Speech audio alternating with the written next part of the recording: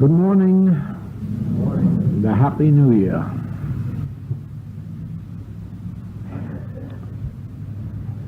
And because it is New Year's morning,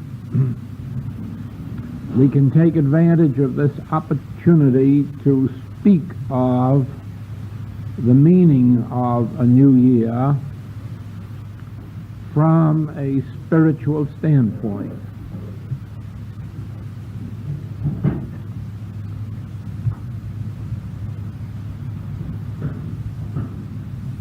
Calendar-wise, this day starts a new year, but because it is, or if it remains only a calendar-wise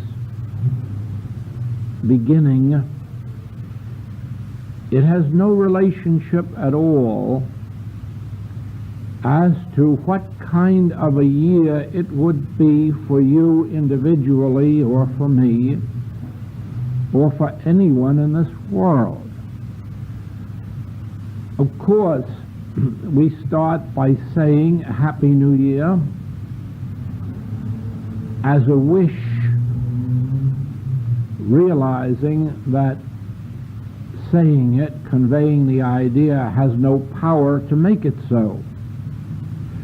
Regardless of how many good wishes we may have for the year, our good wishes are absolutely without power to cause happiness or peace or harmony or prosperity in the new year. And that is why we always start the year with predictions.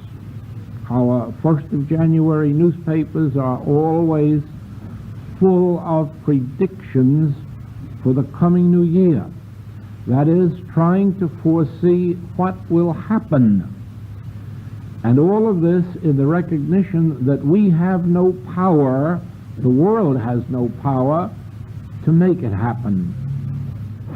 It can look at figures, statistics, and try to imagine what will happen.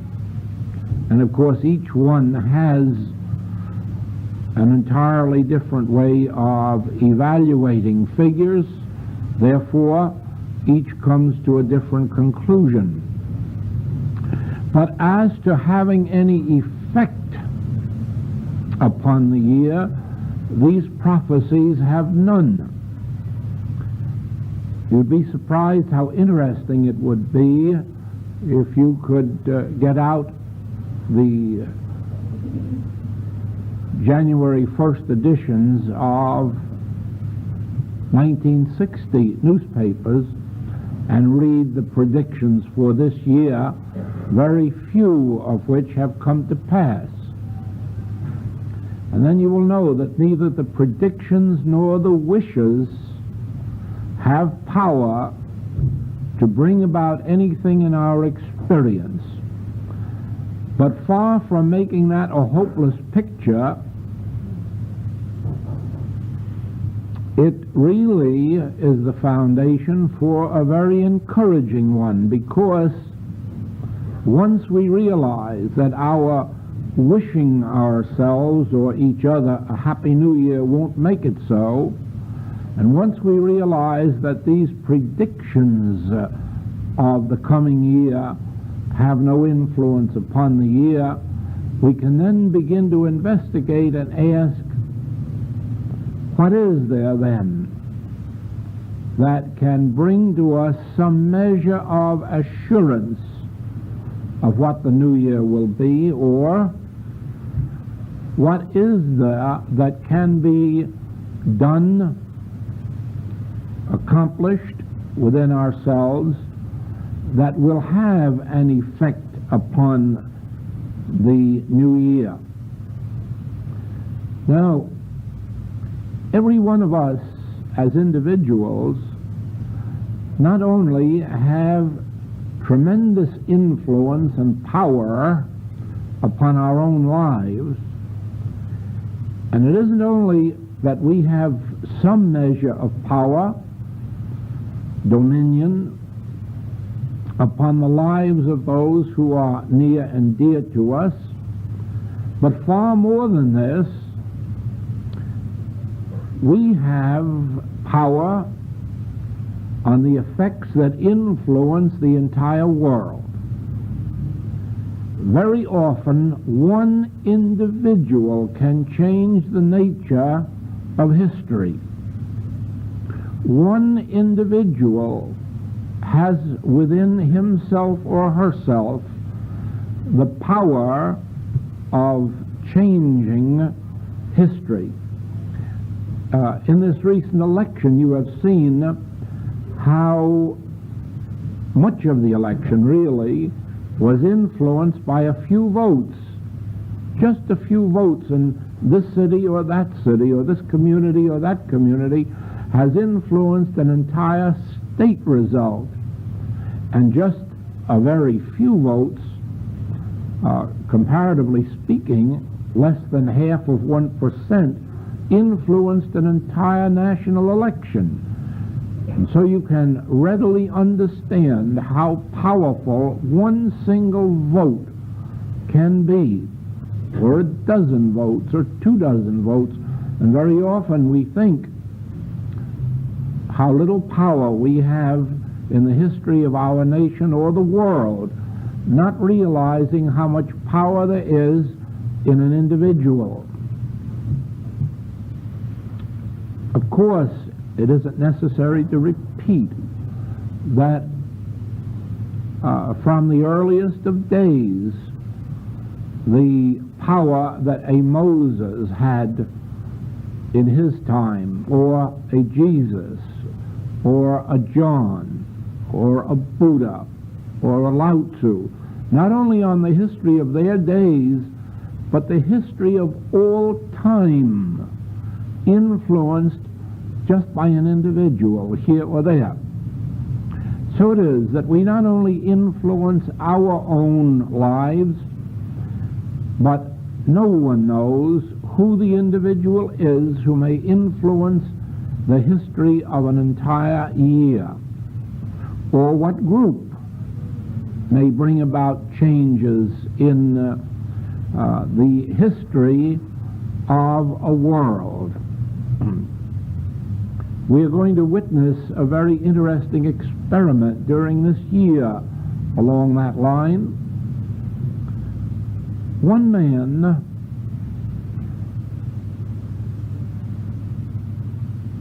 has caught a glimpse of something in the financial world, in the system of money, which he believed could change the entire economic history of the world and take it out of its present debt, present depressed state, and make the currency of every nation solid, substantial.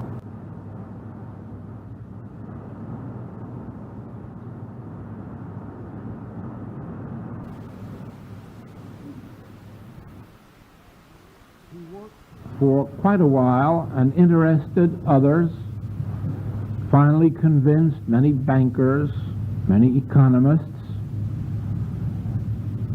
and for 8 years has worked politically until finally he convinced a political party, a major political party, that this system, if in operation, would change the economy of a nation. And with 8 years of work, that party was elected. And now this party is committed to putting in this new system of currency nationwide. And it is possible, if this thing works out as it has been foreseen, predicted, that it can change the nature of a nation's economy from debt to prosperity? And if so, it will change the history of the world. And again, we will witness what one individual can do, not only in his individual experience of accumulating money, but of restoring a balance of harmony to a world. But in every case, all of this begins with ourselves.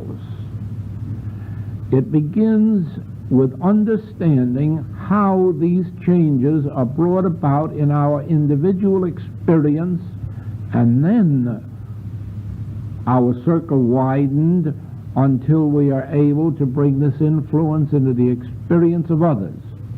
And so we must start with individual you and individual me. And we must start with this recognition. The year, being a new one, does not have within itself the power to be any different than our last year.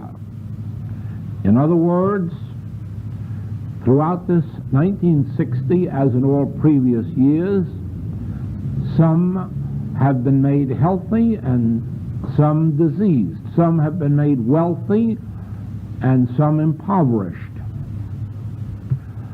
The year itself hasn't been equal for all people, not even in one country or one community. What makes the difference? And the answer always must be one word: consciousness. The word consciousness has within itself the secret of life, the secret of harmony or discord. The word consciousness contains the entire secret of individual life and collective life. And the reason is that we are states and stages of consciousness in our humanhood. And what our outer experience is determined by what our state of consciousness is. Now, in the earliest years of our experience, we have no control over what our consciousness is. In other words, as we are born, as we are conceived, before we are born, our parents determine our consciousness. They imbue us with their consciousness. And therefore, we are born, some of us, full of hope, confidence, assurance, peace, joy. Others are born full of fear, doubt, anxiety. And in the earliest years of our experience, our parents dominate our lives. And we really are the showing forth of their state of consciousness. I have actually witnessed this, that there are some children who are born really beautiful, and in their earliest years are beautiful. The very reflections of perhaps their mother or father consciousness. Later in life, when they are out under their own consciousness and are no longer governed by their parents' consciousness, they lose this beauty. They lose whatever it was of charm that they had in their childhood if their own state of consciousness has not evolved the same as the parents. And on the other hand, there have been ugly ducklings while under their parents' dominion, who have blossomed out into beauties once the influence of their parents was thrown off and they could function on their own inner consciousness. In the same way, there are those who in their childhood have poverty complexes foisted upon them by their parents and their surroundings. And once they are away from that influence, they're able to blossom under their own state of consciousness, and vice versa. Now, while we are not responsible when we are children, once we have come to an age where we begin to make our own decisions and to live our own lives, we are no longer bound by either the limitations of our parents, nor are we blessed by the bounties of our parents. We now have an individual life to live, an individual consciousness to unfold. And here is where our second stage comes in, when our schooling, our education or lack of it, our environment, our friends, all begin to have some influence upon our consciousness, and so we begin to evolve much in the same way that our friends or relatives or schoolmates are evolving. And in the ordinary human life, an individual never, at any time between the cradle and the grave, they never evolve their own consciousness. They never live their own lives.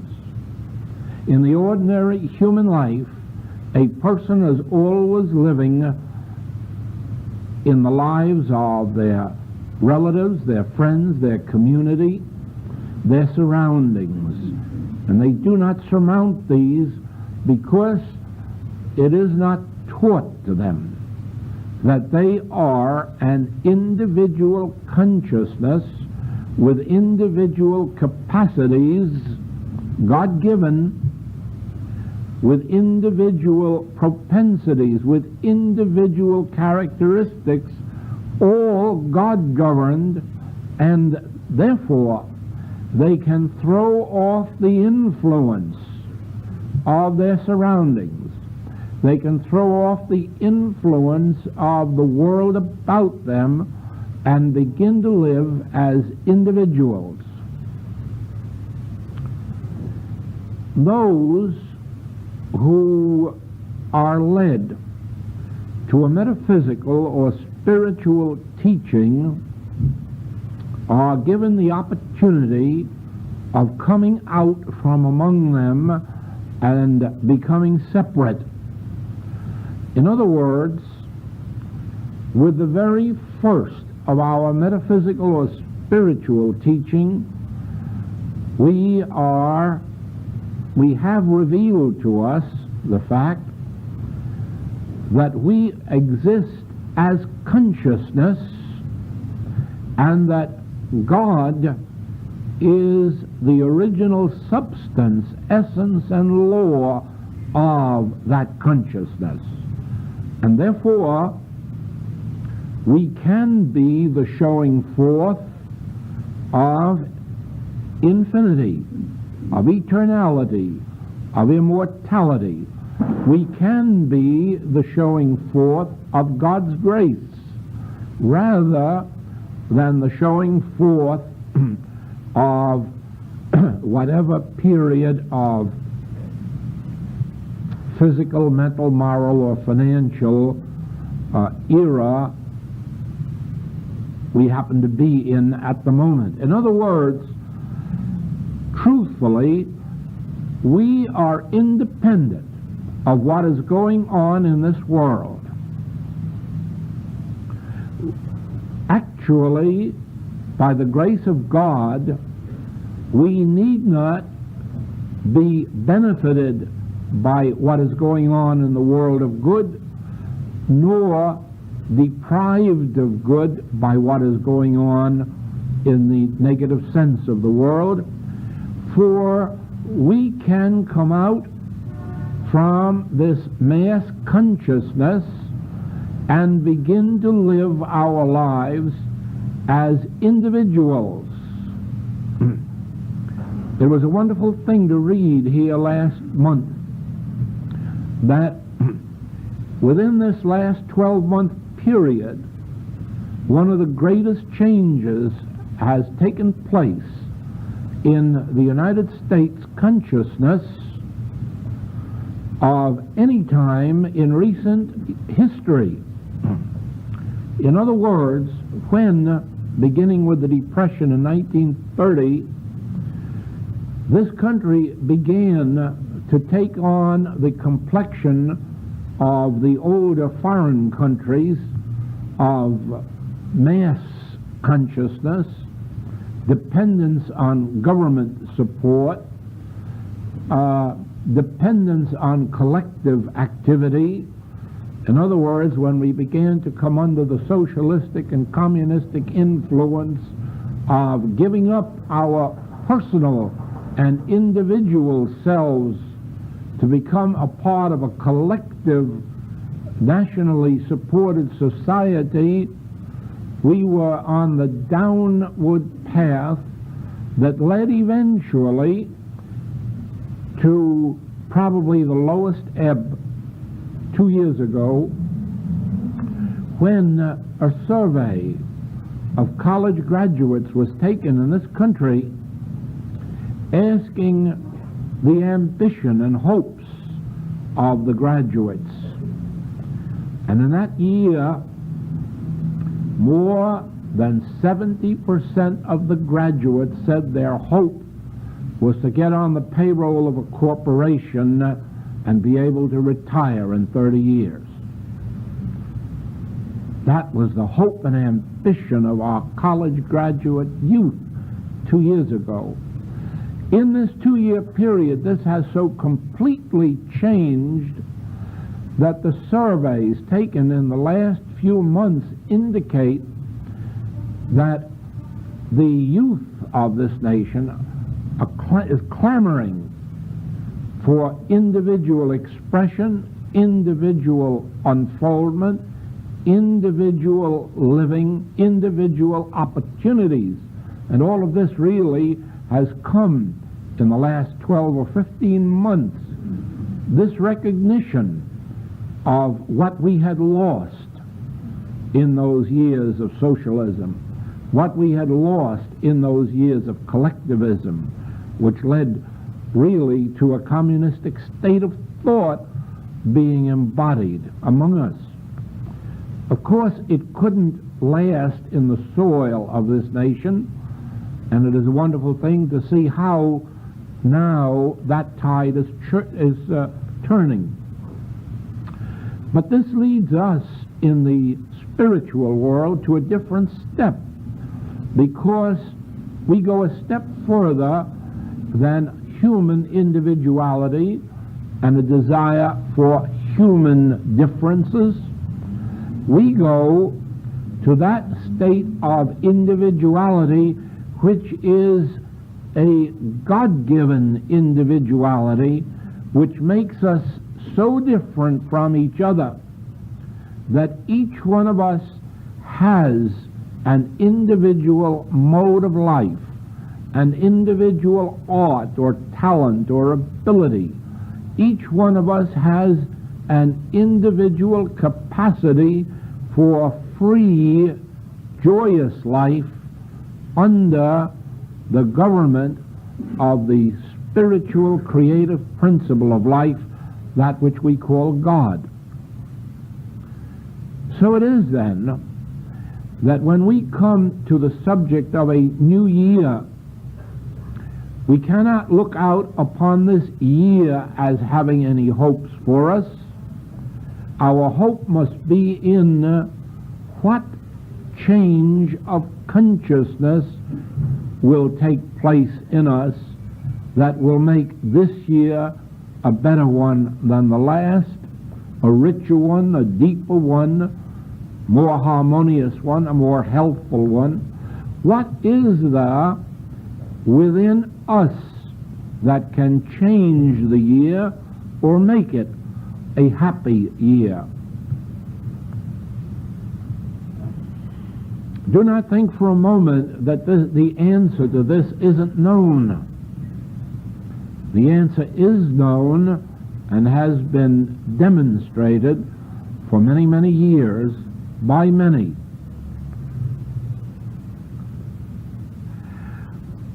The answer to what kind of a year we have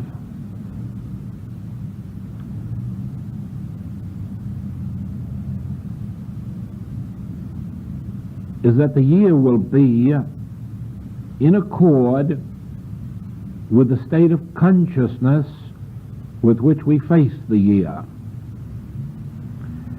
And the next question, how do we determine what that state of consciousness is to be which determines the year? And this is the answer. A consciousness imbued with truth manifests as harmonious outpicturing of life.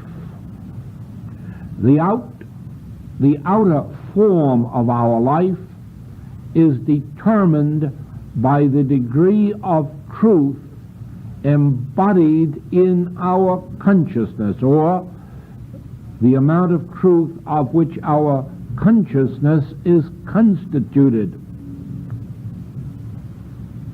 In the absolute, God constitutes our consciousness. Therefore, we already have the full and complete, perfect spiritual consciousness.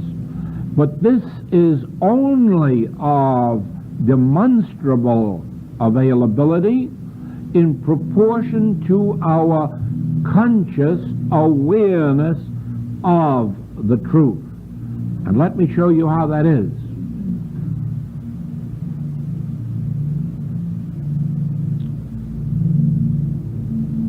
When our lives are lived by getting up in the morning and performing our tasks throughout the day with little or no conscious realization of a spiritual presence and power within us, then we are subject to the mass human consciousness. And if it happens to be a year of universal prosperity, we will probably share in some of it. If it happens to be a year of collective good health, we probably will share in it. If it happens to be a year of economic depression, we will share in it. If it happens to be a year of epidemics, we will share in it.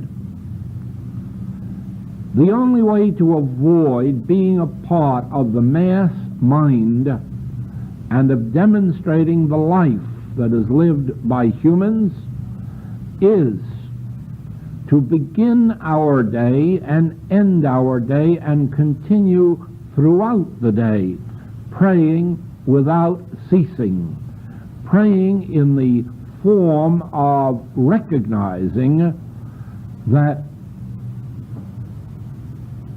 I am not living my own life and no one else is living it for me. God is living my life. God in the midst of me is mighty.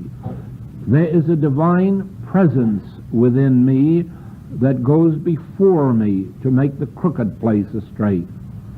There is a spiritual presence and power within me that is the law of resurrection unto my entire experience, unto my business or my body or my art or my health. There is a spiritual influence, a spiritual presence within me There is a law of resurrection that even restores the lost years of the locust. The continued recognition of the presence and power of God within our very own being is that which separates us from the masses and makes us live a God-governed life. A life lived by the laws of God, the substance of God, the activity of God, the presence of God, and the power of God.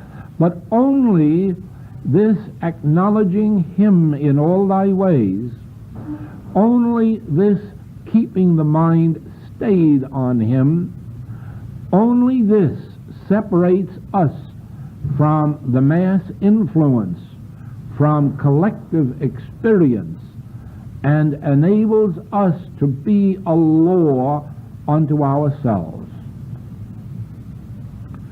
We become a law unto ourselves in that moment in which we consciously accept a God in the midst of us. In that moment in which we consciously accept that the Son of God dwells in us, and that therefore we are children of God, and if children of God, heirs of God, joint heirs to all the heavenly riches. Only by our conscious acceptance of this truth do we bring ourselves under God's law. Remember, as a human being, as a creature, you are not under the law of God, neither indeed can be. As a human being, as a creature, you are under the laws of humanity. You are under the laws of karmic law, cause and effect. And whatever causes are operating in human consciousness produce their effect upon us individually. But we can become separate and apart from it. Be ye perfect, we are told. Be ye perfect. How can you be perfect? A human being can't be. There is no way for a human being to be perfect. There is no way for a human being even to be halfway perfect. The only way we can be perfect is even as your Father in heaven is perfect. Even as you acknowledge the perfection of God in the midst of you, and acknowledge God's government, God's reign, God's law in the midst of you, only then can you be perfect with God's perfection. And in this perfection, you find that in a tremendous measure, you are separate and apart from those things that are governing the lives of this world, affecting the lives of this world. Only because we have not attained the fullness of spiritual realization do we fail to demonstrate the fullness of spiritual harmony. But we are not concerned at the moment with fullness. We have to start where Paul did, with forgetting those things which are behind. Not claiming immediate perfection for ourselves, but forgetting those things which are behind. Let us at least claim that as of this moment, since I and my Father are one, that oneness governs my life. Since I and my Father are one, the allness of God is the measure of my capacity Oh, of course, no one is demonstrating the fullness of God's capacity at this moment, but can't we rejoice if we can demonstrate that measure of it that enables us to live separate and apart from the sins, the diseases, the lacks, and the limitations that otherwise would be upon us? If we can just demonstrate some measure of our spiritual relationship to God, we will have made a beginning. And of course, we will not accomplish the fullness until we have made the beginning. So therefore, do not let us make the mistake that some have made in the metaphysical world of becoming discouraged because they haven't demonstrated complete harmony or complete freedom or complete this, that, or the other thing. Let us rejoice with every single measure of spiritual harmony that comes into our experience, because it is a proof of what the ultimate can be and will be as we persist in this way. Our lives are not going to be subject to what takes place during this year in the world's history. Our lives are going to be subjected unto God and God's government. But this each one must do individually. Even all of us who are assembled in this room will not be able to prove that, except in proportion to your individual acceptance of it and persistence in it.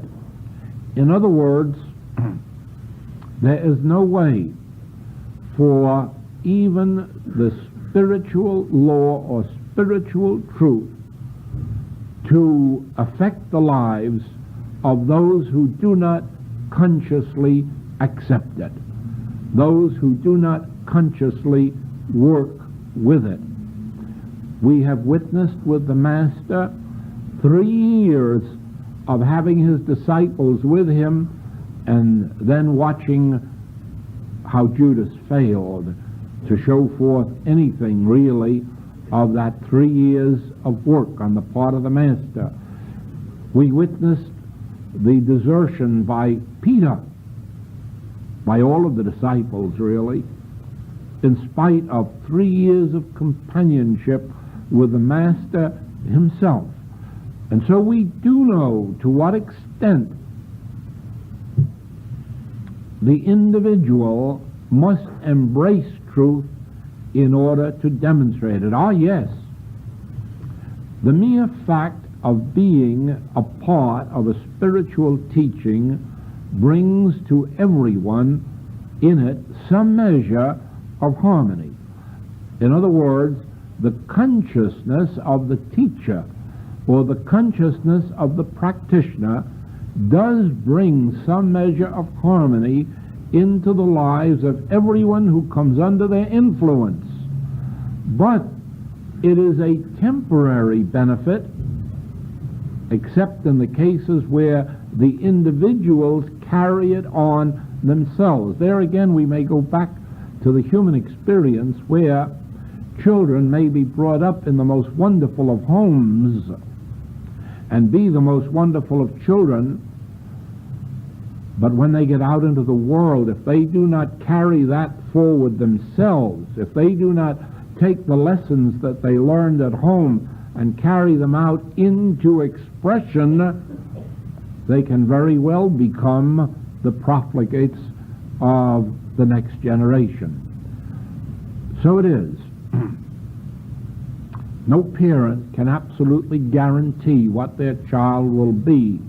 They can only guarantee what foundation they give them with which to face life. And so it is that a teacher, a practitioner, cannot guarantee what degree of spiritual harmony will be the lot of the student. They can only guarantee the foundation of spiritual awareness that they give the student, and then it is up to the student to work with the principles until their own consciousness has evolved. Now, in the first step of spiritual unfoldment, a step which everyone has to take for themselves, and which they can take under guidance if they will, but which in the last analysis they must fulfill themselves. The first step is the conscious recognition and acknowledgement of an inner God government, God substance, God law. That each one must do. Each one must make a daily practice in their lives, the realization of an inner presence greater than any of the problems that we face in daily living. Constantly there must be the reminder that there is that within us which is greater than any situation we have to meet in the outer world. Then, along with this, must come the conscious realization of the principle that finally proves to be the one that gives us our ultimate freedom. Our ultimate freedom from what the Master called this world. When he said, I have overcome this world, he meant that he had reached a place in consciousness where this world had no effect upon him. Its material laws, its mental laws, its health laws, its food laws, its economics, its legal laws, none of these had any effect upon him. He had risen to a state of consciousness where he functioned completely through spiritual law. Now, this state of consciousness is attained first by this recognition of the God presence within, but there is one greater step than this that has to be taken as a second step, and that is the recognition that Spirit is the only power. Spirit is the only law. Spirit is the only reality. Now, we are faced from early morning to late at night with the universal belief out here that there are not only spiritual powers, but that there are material powers and mental powers and legal powers. Each one within themselves must eventually come to some measure of recognition of this, that spiritual power alone, spiritual law alone, spiritual life alone is the real and the omnipresent, and that beside spiritual law, life, activity, the material laws or mental laws have no power. This is the basic truth that sets men free from the conditions of this world. The realization of the spiritual life or the spiritual law or spiritual power as being the only real. Once we can begin, even in a small measure, to agree with the Master, what did hinder you? What did hinder you? What power is there apart from God? What power is there other than God? Is sin a power? Is disease a power? Is money a power? Is law a power? Is anything really a power beside God's government of His universe? And as we come gradually to that place where we can say, what did hinder you? Pick up your bed and walk. This that you are acknowledging as power is not power. This that you are acknowledging as limitation is not limitation, or as a power of limitation is not a power of limitation. It acts as such only in accord with our acceptance of two powers, good and evil. As long as we accept two powers, we are subject unto two powers. Therefore, along with that first step of the continuous realization of the fact that there is an inner presence, an inner power which governs the outer life, there must be this second realization: there is but one power, and it is spiritual. There is but one law, and it is spiritual. There is but one activity, and it is spiritual. And all else is without power, without presence, without continuity, without cause, without effect, without a law to sustain it.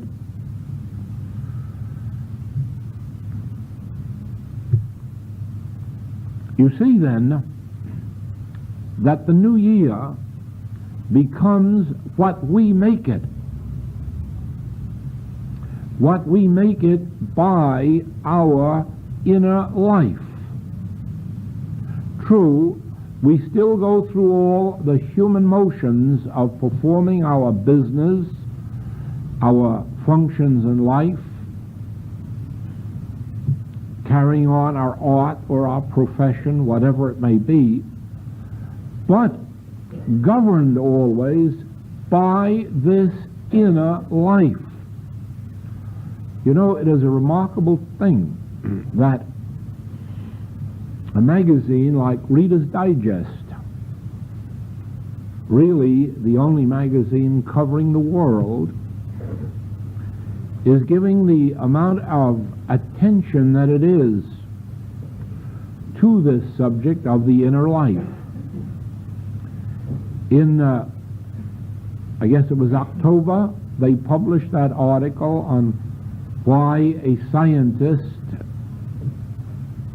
believes or has proven that there is God. In December, they have a most wonderful article on the subject of meditation. In January, another article on contemplation. All of these things showing the world the need for a few moments, every once in a while, of inner contemplation, of inner recognition of something greater than the problems that we're facing in life. And their articles not only show the need for this, but the results in the lives of those who do recognize the fact that an inner calm, an inner peace has power in our outer experience. And you may be assured of this, that such articles are bringing awakening to thousands of people in the world who never before have known the nature of religion, who thought that religion consisted of going to church and mumbling some prayers or listening to a minister preach from a pulpit, not knowing ever that religion was an inner experience and an inner relationship with God that was lived within one, inside or outside of a church, was lived in inner stillness and quietness. There was a marvelous thing in this last one where it was emphasized that regardless of what problems you had, the solution was to go within and remember, be still. This is the solution to problems. Go within and remember to be still. Of course, this is awakening many in the world who have not had the advantage that those have had who have been led to the spiritual teaching. As I notice these articles, I'm more and more grateful for the 30 years that I have given to teaching and preaching the benefits of meditation and inner contemplation, because I know that this is showing a way to the world and demonstrating and proving what power there is within the individual. Now, strangely enough, in the beginning, you will find that these two steps that I've enumerated this morning, practicing the presence of God, the conscious realization of God, and the changing of our own consciousness from the universal belief in two powers to the acceptance of truth, that there is but one power, you find almost from the start that you can bring a greater sense of peace and harmony into your experience. But ultimately, you're going to learn through this that it is this inner contemplation, this inner peace, that is the power that in one individual can change the history of worlds, of nations, of the entire globe. That it is this very inner power, without going out on the proselyting platform, without going out on the crusade platform, without trying to humanly revolutionize either religion or politics or economics, just by our inner contemplations, the effect upon the world is such that it brings about the uncovering of new ideas, new inventions, new discoveries. Our inner contemplations go out and change the history of this world. It brings to light the hidden mysteries that still must come to light to bring peace on earth. The world likes to believe that it is living in a period of civilization. Civilization has not yet begun on earth. Only the opening stages of civilization have come to light. Civilization cannot be said to be on earth until there is a loving of our neighbor as ourself. Any degree of lack of loving our neighbor as ourself is the degree of our lack of civilization. Because if the word civilization can have any meaning at all, its meaning must be that of the relationship of neighbor or brother or sister among men. And without that relationship, it can hardly be civilization. It can still be only animality.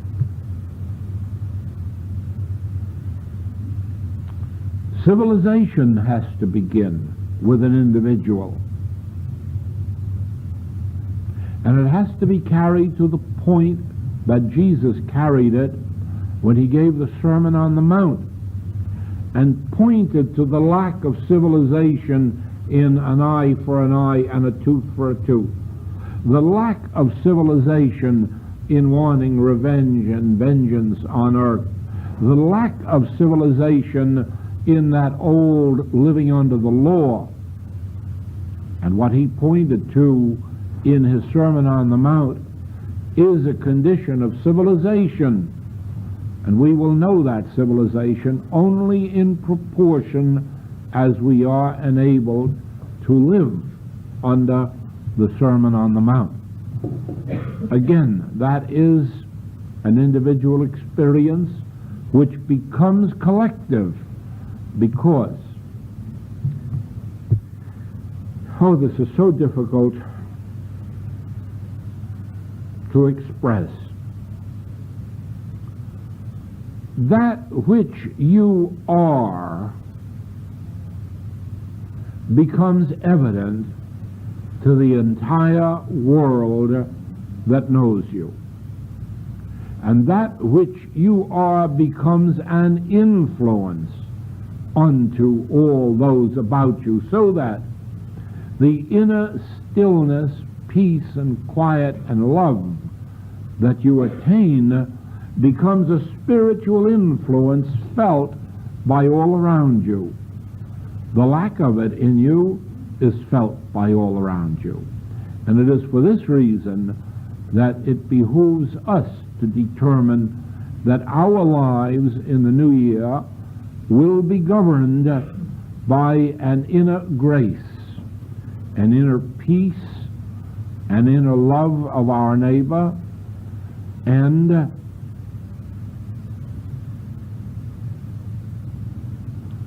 a greater reliance on this truth that there is but one power, and it is spiritual, and it is closer to me than breathing. It is within me. I carry spiritual power wherever I go, up in the air or down in the sea or around on the earth. In the hospitals where sometimes I must visit, or the prisons, or the homes, or the lecture halls, wherever I am, I carry the spiritual presence and power of God by my conscious recognition and acknowledgement of it, and in no other way.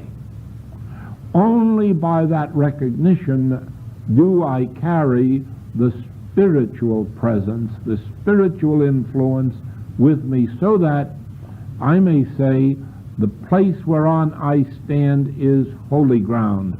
Why? Because of the conscious realization of God's presence. In this way, then, do we consciously keep our consciousness imbued with truth, and in proportion as our consciousness is imbued with truth, are we made free of the world's conditions. In that proportion can we say, I have overcome the world. Thank you, and a brilliant new year. Thank you. Thank you.